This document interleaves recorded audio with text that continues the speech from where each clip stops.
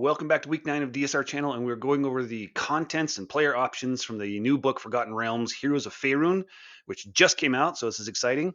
And as I mentioned, this is week 9, so we finished week 8 at 419 subscribers, already at 625, so awesome. Thank you all, really appreciate it, and I hope if you like this stuff, please subscribe and like, and come back and watch more. All right, so this is the list of the how I view the list of backgrounds from the player's handbook, right?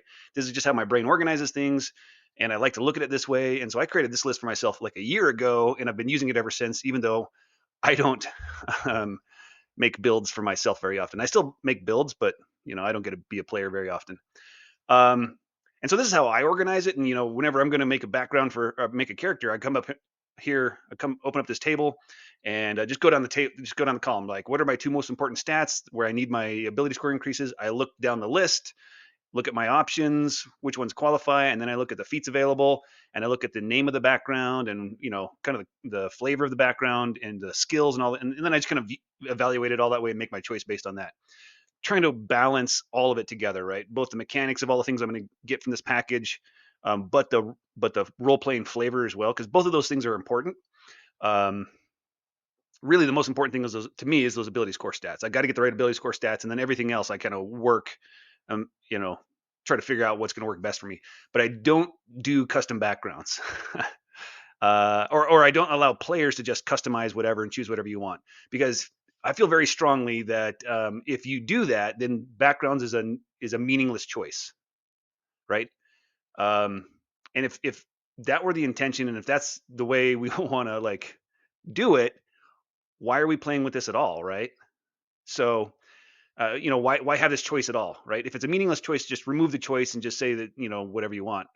But D&D is a game of choices, and the thing that makes those choices interesting are the consequences and opportunity costs of those choices. Okay, so that's why I do this. Now I will work with players to create custom backgrounds for them, but it has to be based off of there has to be real intent of role play and theme and flavor, not just, well, I just want to combine this feat with these stats with these skills, right? If you're just looking for a mechanical grab bag, I won't customize a background for you for that, right? You got to come to me with, here is the real story behind this background that I want. And also, I'll remind you that background does not equal back story, and you can reflavor background as much as you want. All right. So let's look at the backgrounds we got from the Forgotten Realms Heroes of Faerun. We got 18 more. We had 16, so now we have a total of 34 backgrounds, which is awesome. They added a bunch more combinations, and they all come with a lot of flavor and I'd say more flavor and more lore and more story than the ones we got from the player's handbook. So this is a huge win, and the art is excellent. Okay.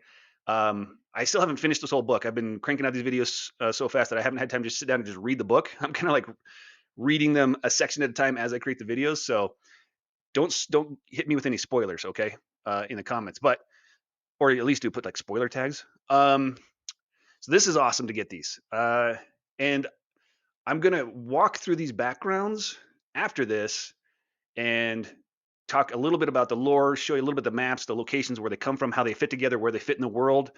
But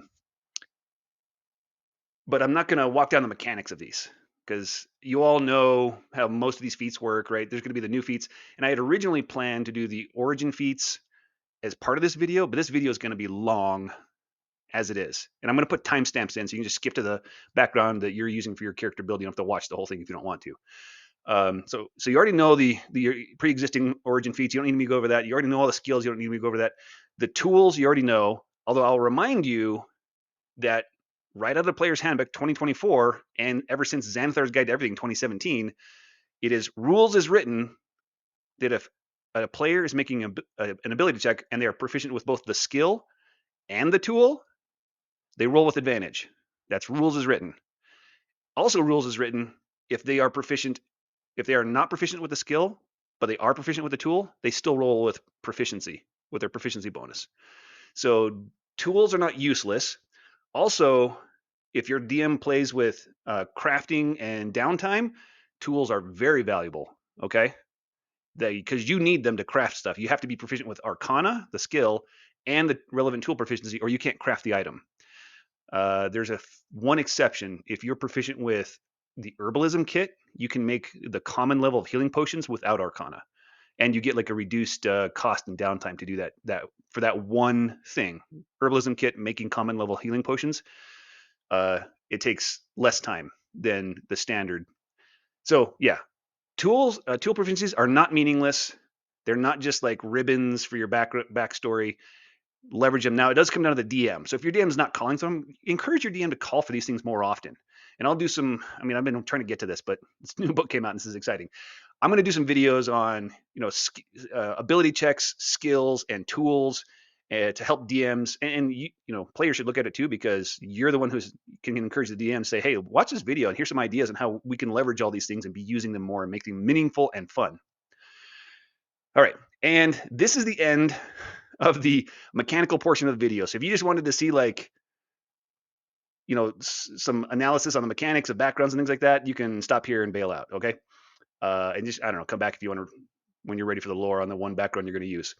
I will say that I put this whole table into a PDF and I put it in my Google Drive that's, publicly available. And I'll put a link to that in the description. So you can get this whole table from there. You don't have to copy this down or take screenshots. Okay. All right, I'm not going to read this, but this is right out of the book, right above in the section about backgrounds, or at the top of the section about backgrounds. And I just want to point out this red section once again, a reminder that flavor is free. They put it right in the rules of the book where they said, look, not every character from a given region needs to take a given background. For example, not all residents of Mulhorandi are Tomb Raiders. Okay. Conversely, you might find a given background a good fit for your character, even if the character isn't from the designated region. For example, the Chondothan Freebooter background is a good fit for many pirate characters from any region. So reflavor at will. Your background, the mechanical background you choose, does not equal the backstory of your character. Okay? It can inspire it, but you don't have to make those the same. All right, and there's this handy table here. And if you get the digital book, which I think this is an excellent book. One of the, I love all the core rule source books, but before that, those books weren't nearly as good as this book. So this book is awesome. All right, so these tables, and you see these are links, so you can just see your background and link and get a link to what it's related to. So there 10 of these backgrounds are related to a region, which is accurate, but they might have been a little better to say culture, or maybe an additional column that said culture, because they're also relevant cultures to these backgrounds, which is always really helpful for getting into the feel of a background, getting a good understanding of what it means, even if you're not going to keep the story of that background, just getting some inspiration and ideas of, well, what did this background mean and how did it fit into this culture, and then you're going to just apply that to a different culture. Great stuff. I'm not super creative with storytelling, and so this kind of stuff is gold for me. Okay. And then there are 7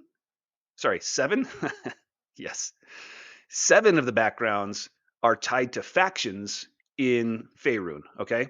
And so same thing, you can click on that link, it'll take you to the faction, it'll tell you about the faction. I'm going to include those details and walk through it in the rest of this video, but really handy to refer back to it at any time, right? By just clicking those links and following it. And then there's one, if you're keeping count, there's one background that isn't on this table anywhere, and that's the Spellfire Initiate, and that's because they're just not related to any region, nor related to any faction. I'll still go over that background, it's just going to be shorter than all the rest of the sections. So first up, Chondothan Freebooter. I don't know if I'm saying that right. Let me know if I've got that wrong in the comments. So you already saw on the table all the mechanics, so let's just go down to the flavor text.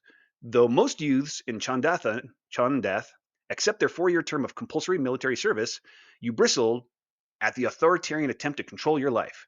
You forsook your nationhood, discarded your given name, and worked as a freebooter with the first ship that would have you. Since then, you've traveled the Villun Reach, though you've never sailed more than a few dozen leagues from land. You make up for it with deep local connections and the breadth of your experiences. Very cool. All right, so if you don't know where Chondath is, boop, there it is. This is the map that shows most of the continent called Faerun, right? And the planet of Forgotten Realms is called Toril. Faerun is this continent where most of this stuff happens, in case you didn't know. And right there is the Villun Villain Reach, okay, and Chondeth. Here's a zoom in of the map. Now, the big map of Faerun wasn't in this book. I got it from another source, the fandom wiki on this. But this map is the zoom in on that region, kind of blow it up, show you a little more detail of Chondeth and the area there. And then here is a description of the villain Reach. The overview, all right? At a glance, the Emerald Enclave helps to maintain balance between people and nature in this region. Gives you an idea of what some of the realms: Chondeth, Sespech, Shining Plains, Termish, independent city-states. The languages are Chondothan, Sharan, and Termic. Major landmarks are listed, and threats of the region are plagues and volcanic activity. So that's why in the art of this background, you saw they're both sailing a ship and a volcano in the background, right? And man, art is so great for inspiration with role play, right? So I have no artistic ability to create art myself. So I'm really, really grateful for those people who can do that because it helps me a lot. Dead Magic Dweller. The dead magic zones of the Anauroch Desert are anathema to spellcasters and monsters that rely on magic, which is exactly why you made your life there. Perhaps you're on the run from red wizards, or you ran afoul of a powerful genie in Kalimshan. Whatever the case, you decided that living in Anauroch was your best option. After long months or years, you're stronger, wiser, and armed with hard-earned knowledge of desert medicine and wasteland survival. And there is the Anauroch Desert relative to the continent of Faerun. Here is a blow-up of the Anauroch Desert area. And here's the overview of the region. A wasteland once the thriving heart of the Netherese Empire, inexorably spreads into surrounding lands. The realms are the Bedine tribes, which are these nomadic tribes that wander the desert. There's also the Empire of Shadows and Zhentarim caravans. The primary languages are Madani for the Bedine and Netherese for a group called Shade, which I'm not even familiar with. Threats. Lamias threaten the north, Netherese plot to rebuild their empire, and raiders prey on travelers and settlements. I love that right there at a glance, you've got a decent idea of what this region's like, and how this might affect your backstory or your current story if this is where the campaign is set. Dragon Cultist. You are an initiate of the Cult of the Dragon. You discovered or were brought to a cell cult where you exemplified the values honored by dragon cultists: duplicity, secrecy, and determination. In exchange for your oath to serve the cult offered you the company of fellow dragon worshippers, plus access to resources that might help further your studies in the realms of arcana and occultism. And here's a little bit about the Cult of the Dragon itself that you're a part of, right? Cult of the Dragon is a centuries-old cabal of evil mages, doomsayers, and dragon worshippers. Its members believe in apocalyptic prophecies that center on dragons as the world's inevitable destroyers, or rarely, its saviors. So there can be a positive, good side twist to this, okay? To hasten the end times, cultists enact elaborate rituals to empower or summon evil dragons. So there's a bad twist. Their goals and activities. The plots of the Cult of the Dragon are secret, but its existence isn't. Most folk in Faerun have heard of the cult, but know only that its members revere evil dragons. The cult recruits new members in major cities where many cultists engage in legitimate businesses or are assigned to ordinary academic research. Only a few serve as thieves, assassins, and spies. Emerald Enclave Caretaker. As a caretaker with the Emerald Enclave, you take care of those who care for the world, either alongside your fellow Emerald Enclave members or by yourself. You've learned essential skills for living with the land, how to track game, where to forage for useful herbs, and even how to forecast the weather. You use these talents to maintain the balance between civilization and the wilds and to rid the world of unnatural creatures. And the Emerald Enclave faction that you're a part of, or maybe previously were a part of, a ranger guards a caravan through the monster-plagued wilds. Forest defenders dismantle a war camp polluting a vital river. A circle of druids enacts a rain ritual for a drought-stricken village. These are but a few examples of how the Emerald Enclave makes the world a peaceful, hospitable place for people and nature alike. The Emerald Enclave is an organization of survivalists and nature worshippers who refer to themselves as caretakers. Members of the Enclave maintain the balance between wilderness and civilization and reinforce what they call the natural order. The natural order is exemplified by places where people and nature live in harmony, places where neither settlements nor wilds threaten to overwhelm the other. Caretakers protect such areas with their lives. To the Emerald Enclave, individual sacrifice is worthwhile if it means the preservation of the whole. Their goals and activities. Caretakers preserve sacred natural sites by guarding them from logging, mining, and other exploitation. In areas where the natural order has already been compromised, the Enclave restores the land so it is once again fruitful and hospitable. The Enclave's spellcasters draw nature magic to expedite labors such as planting trees and cleaning litter-filled waterways. Flaming Fist Mercenary. The chief law enforcement branch of Baldur's Gate is the Flaming Fist, a brawny mercenary guild led by the city's Grand Duke. You once served as a Flaming Fist, where you learned how to preempt trouble with your intimidating stare, and, when necessary, absorb deadly blows. Flaming Fist mercenaries, active or retired, are known as some of the toughest, most resilient warriors along the Sword Coast, and you seek to maintain that reputation. And if you played Baldur's Gate 1, 2, or 3, you're familiar with the Flaming Fist. They were in all of those. The Flaming Fist as a faction. The Flaming Fist is a mercenary company based in Baldur's Gate. It is led by the city's Grand Duke, Ulder Ravengard. Although the Watch is the city's official constabulary, the Flaming Fist is the true peacekeeping force. The mercenaries' red and gold colors are so ubiquitous in Baldur's Gate that they are commonly associated with the city itself. Membership in the Flaming Fist is easy to achieve. The company offers employment and a sense of belonging to any who can lift a sword and follow orders, regardless of their origins. Thousands of soldiers currently serve in Baldur's Gate proper. A little bit of a typo there in their text. At the fortress of Wyrm's Rock in the Chondothan River, and at remote outposts such as Fort Belurian in Chult, which shows up in Tomb of Annihilation, which is a fun campaign. Experienced adventurers swiftly advance in rank and political influence. Once they become members, many ranking officers are former adventurers who have retired to the company.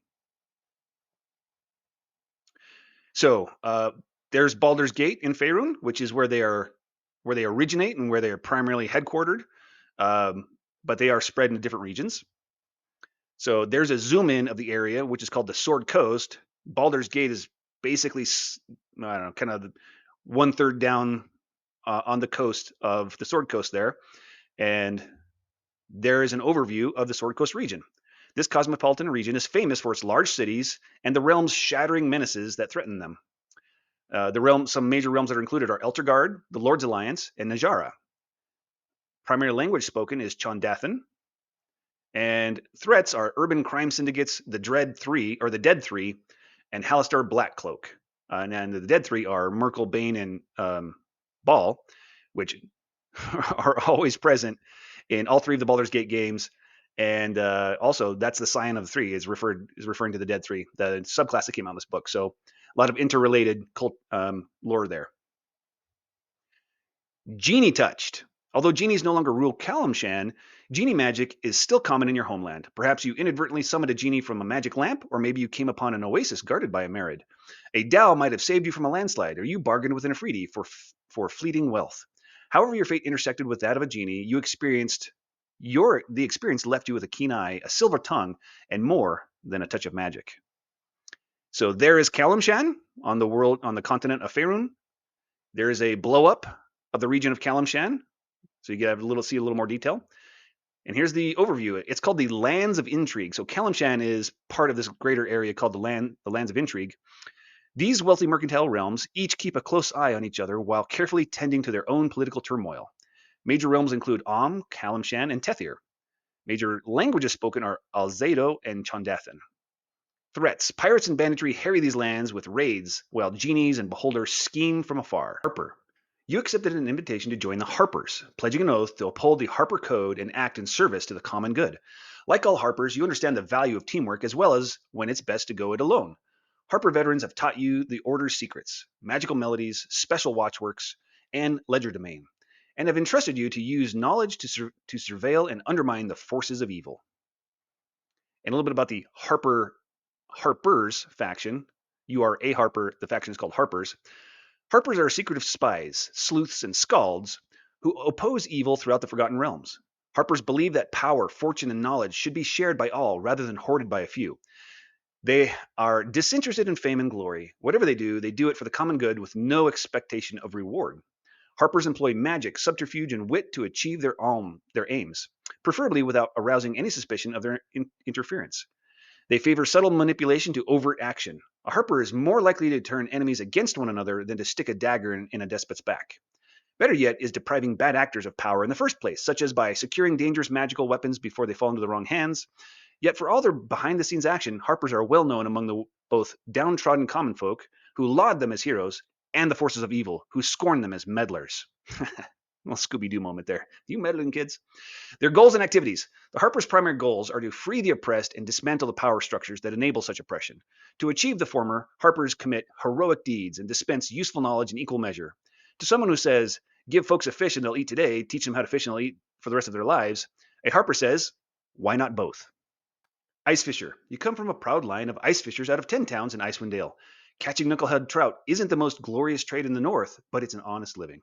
You've trained your senses for the slightest tug on the line, wrestled big trout out of the ice-covered lakes, and gutted enough knucklehead trout to feed your village many times over. These experiences have toughened your body and mind for a life of adventuring. And this one is near and dear to my heart. I just finished a multi-year Icewind Dale campaign, which was awesome. So we were steep in this for years. So this is where it says the north is, starting just north of Waterdeep. So Waterdeep itself is not included in the north, but it is just above that. So you can see the zoom in on the north there. And actually, the 10 towns that it says this is where you're from isn't even on the zoomed in map here.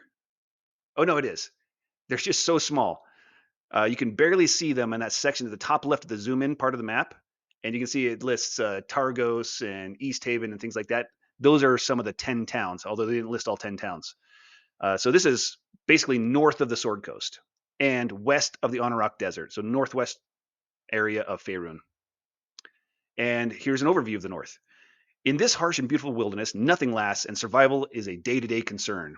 The realms include Icewind Dale, Kingdom of the Many Arrows, those are orcs, Lord's Alliance, Luskan, Menzoberranzan, Northern Dwarf Holds, and Savage Frontier. Languages spoken here include Bothi, Chondothan, Iluskan, and Regedjik. That's the Reged barbarians or Reged nomad tribes. Threats include Nature's Wrath, giants, dragons, roving marauders, and the menace of the Underdark. Knight of the Gauntlet. Not all who answer the call of a higher power are content to pore over scriptures and a stuffy temple apes. You chose the path of the Holy Warrior by joining the Order of the Gauntlet. As a Knight of the Gauntlet, you exercise righteous scorn for the forces of evil, unswerving camaraderie for your siblings in arms, and heartfelt compassion for the survivors of war. With weapon and holy symbol in hand, you've sworn not to rest until the light of justice has vanquished the shadow of chaos across Faerun. And this is a part of the Order of the Gauntlet faction. So, the Order of the Gauntlet.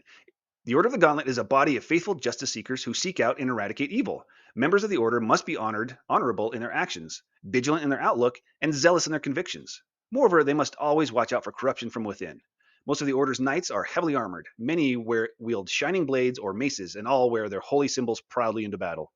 They embody virtue for its own sake and model ideals of bravery and piousness for the common people they protect. A worthy knight of the Order risks anything to save a fellow knight or complete an important mission. But the knights who also acknowledge that zealotry can lead to fanaticism, and they caution each other to be wary of straying from the path of good. A knight follows the Order's creed, the code of scales and weights. They're devoted to a patron deity, typically a good god such as Helm, Tyr, or Torm. Finally, a Knight of the Order defends their companions, not refuses. To the Order, faith is the greatest weapon against evil. Faith is oneself, one's god, and one's friends. Their goals and activities. The Order of the Gauntlet is armed and vigilant against evil. Its knights use every resource available, including armed reconnaissance, magical scrying, and divine consultation with higher powers. To ensure they can act swiftly against the forces of evil, knights maintain fortified strongholds along borderlands, keep well-stocked armories, and practice daily to remain in peak fighting condition. Lord's Alliance Vassal.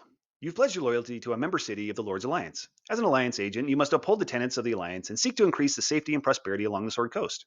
You've sworn to bring honor and glory to your Lord's house, whether that means securing trade routes for Merchant Lord of Waterdeep or vanquishing monsters upriver of Daggerford.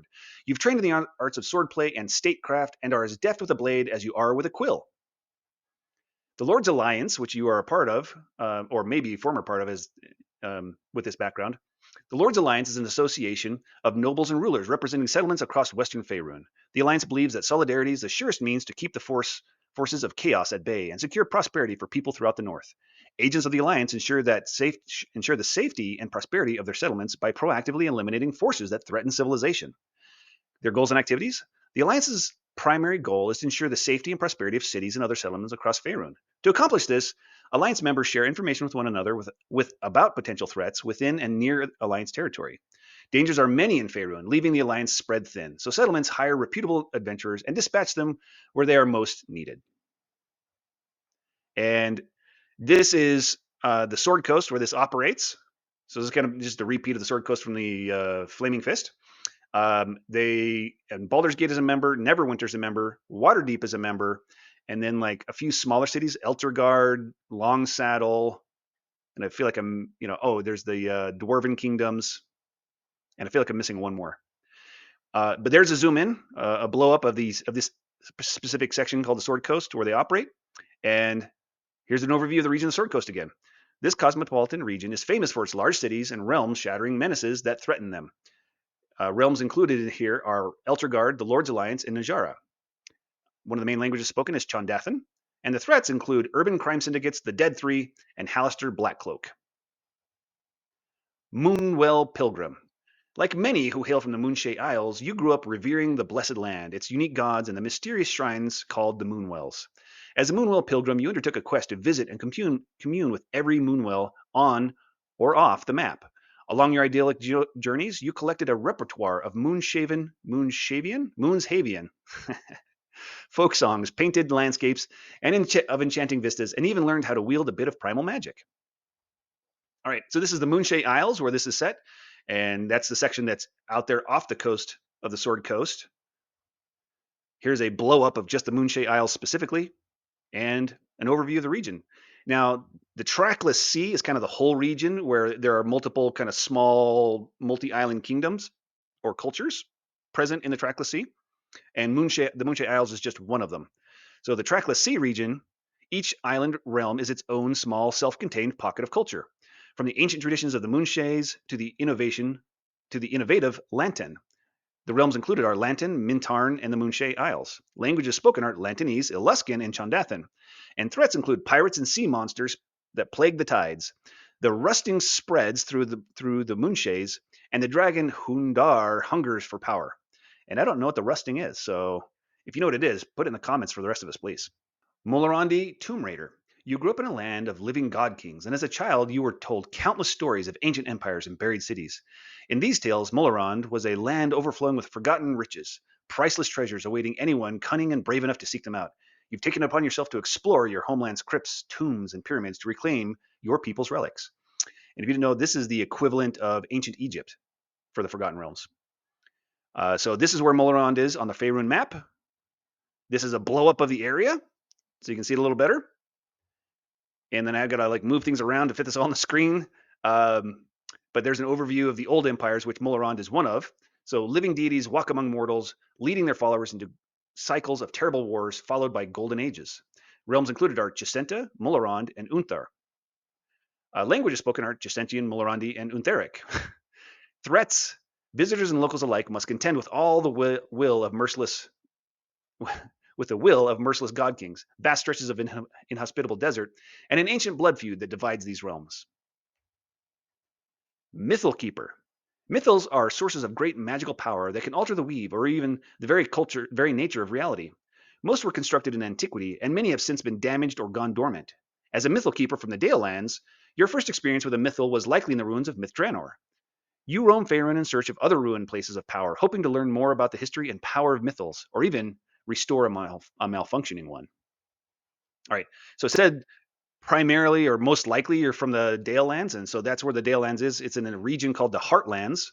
So there's the Heartlands, little blow up there. Still a lot going on, so it's a little bit hard to see. You might, again, another reason to get the book so you can see these maps better. And here's an overview of the Heartlands. These are lands of chivalrous knights, dastardly despots, rich and scheming merchants, and backwoods farmers just trying to make a living. Realms included are Cormyr, the Dale Lands, the Moonsea, and Sembia. Languages spoken are Chondothan and Damarin. Threats. Neighbors clash over borders and monsters creep out of the wilds. So this is very classic fantasy, Dungeons and Dragons fantasy, right? Very much Western Europe. That's a good idea of what the Heartlands is. It's like Western Europe. So great, cool place. Very flavorful stuff going on though. Purple Dragon Squire. This one still hurts a little bit. It's a little too soon for me. You've pledged your life to the safety of Cormyr and sought admission to the realm's Order of Elite Warriors, the Purple Dragon Knights. But before you have a chance to join the ranks officially, you must serve as a Knight Squire. You've found a liege willing to take you on and teach you the Order's ways. Will you uphold the Purple Dragon Knight's ideals of glory, honor, and strength and prove yourself worthy of knighthood? Your story, only your story can tell. All right, so this is where Cormyr is in Faerun.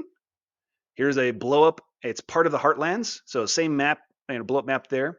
But you can see a little bit better detail Cormyr. And here is an overview of the Heartlands. These are lands of chivalrous knights, dastardly despots, rich and scheming merchants, and backwoods farmers just trying to make a living.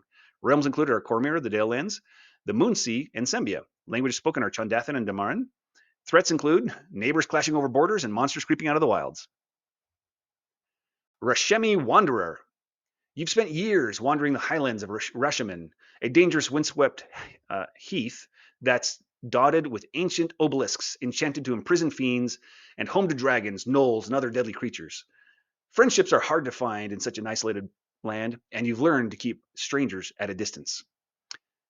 So you're from Rashomon, which is here in Faerun, and this was the setting of the Neverwinter Nights 2 expansion called Mask of the Betrayer, was all in Rashomon, which I didn't know a lot about, and so most of what I know about Rashomon is from that game, and it was excellent. Story is amazing, fun game to play. Now it's pretty old, but fun game based on third edition, so it's not too bad, not too hard to translate from 5th edition.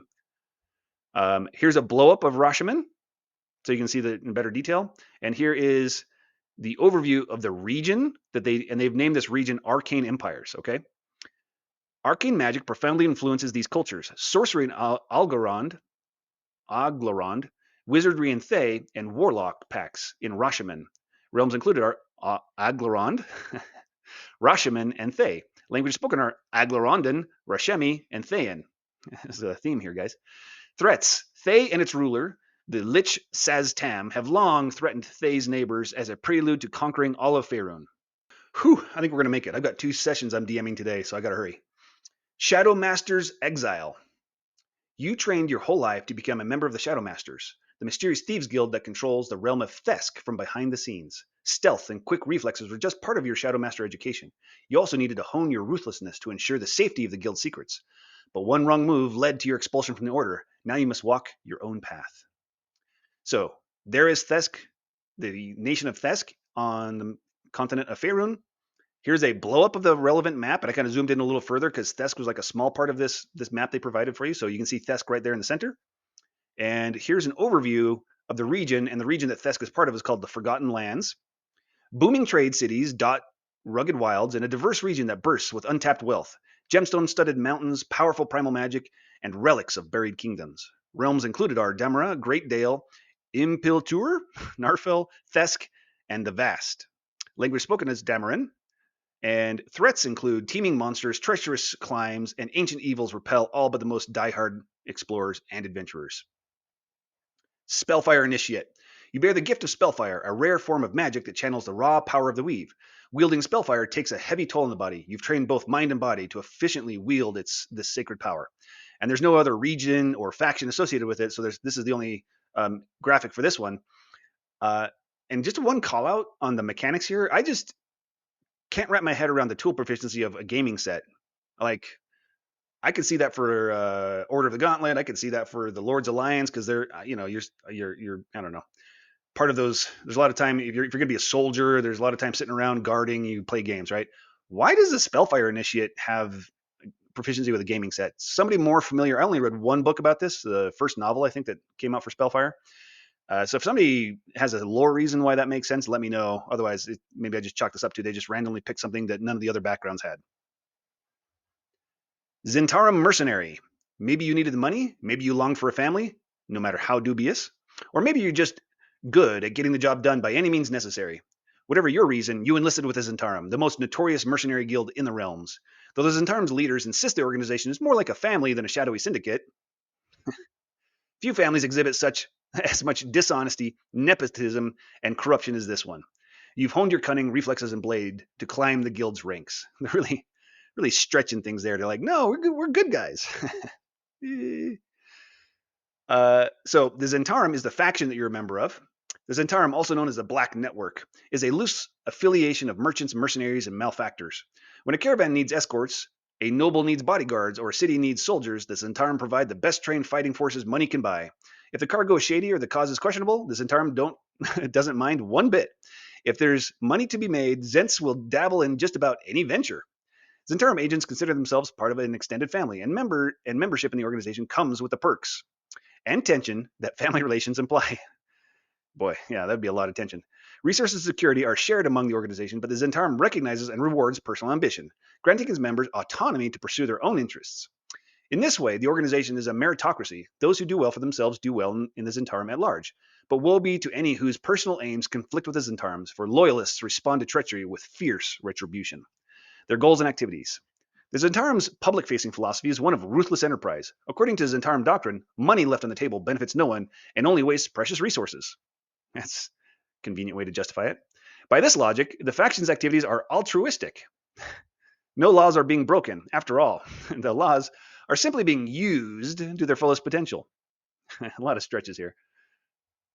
All right, we made it. That was the end. We got through all of them. I'll put in timestamps so you can catch this, and that was a long one. So I don't know. Let me know if you didn't like that kind of thing. You don't like so much lore, but I think inside of every one of us D&D players, there's two wolves, right? One wolf is an optimizer and who wants to like maximize the mechanics, and the other wolf is a role player, and they're always fighting and with each other. And we got to balance them. So a little lore is good for us once in a while. All right. Thanks for watching. Hope to catch you next time. Have a good day.